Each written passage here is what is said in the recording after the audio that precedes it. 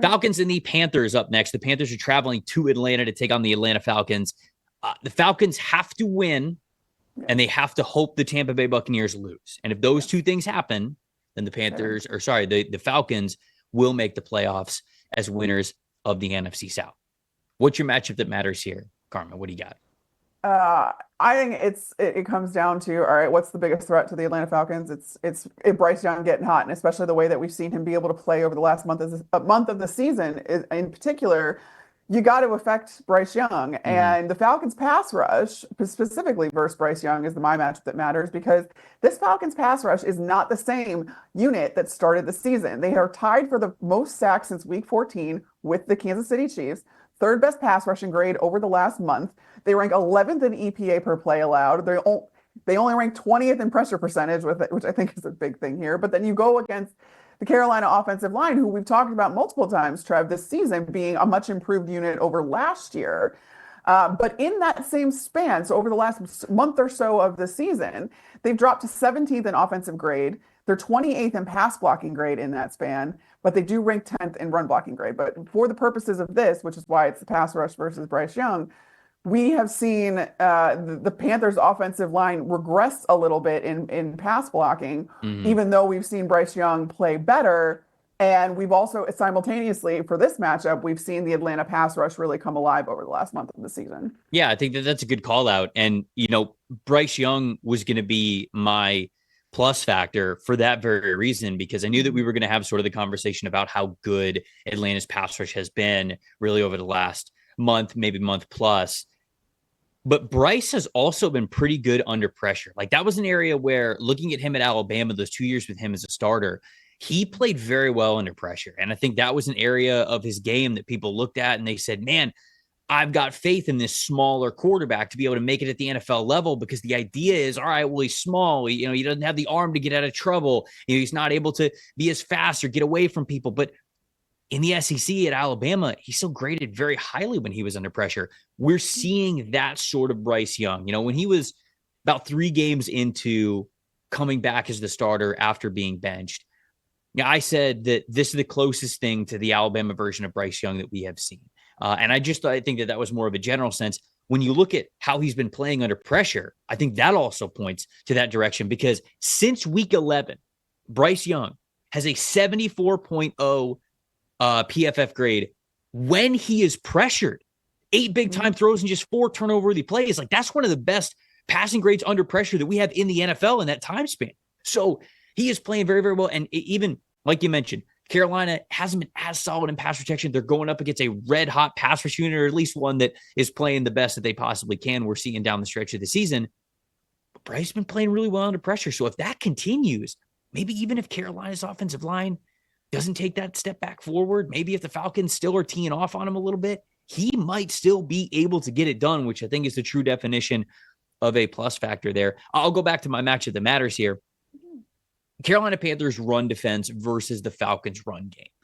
I think that with everything that Saquon Barkley has done, with how good Derrick Henry has been this season in his first year in Baltimore, Bijan Robinson is the forgotten man of what he has been able to do.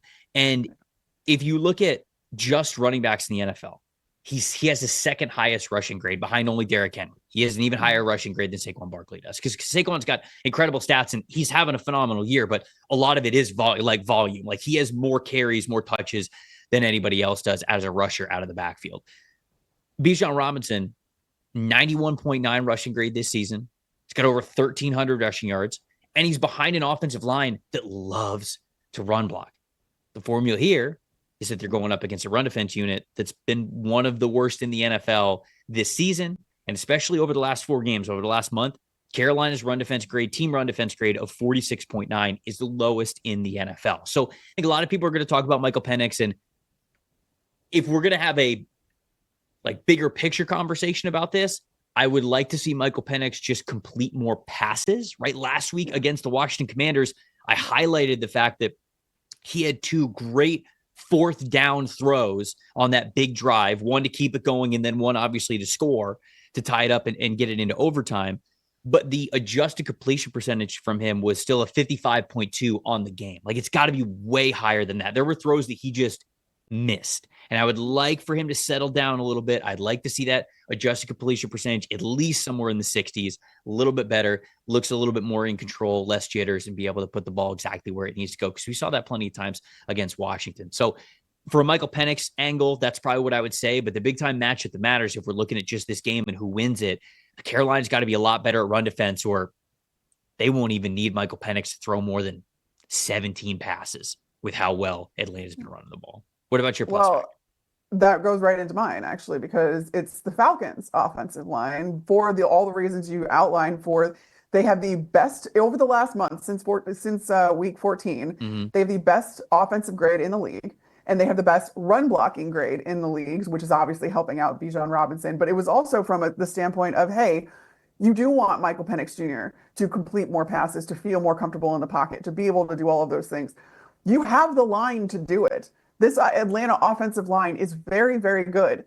And if you're going to see the improvements and the development of Michael Penix Jr. now with his very short, so far at least, I guess they could still make the playoffs, but his very short sample size, the way that you can help him develop and everything like that is to continue to be the offensive line that you've been over the last month, over a majority of this season. And again, I don't think we're giving enough shine, quite frankly, to the Falcons offensive line and what they've been able to do in blocking for Bijan Robinson, who, yes, you brought up the great point of he has been the forgotten man, because while he's having a phenomenal season, it's just not comparing to the otherworldly performances of guys like Derrick Henry and Saquon Barkley. But it doesn't happen without this Atlanta offensive line being as good as they are, just kind of across the board.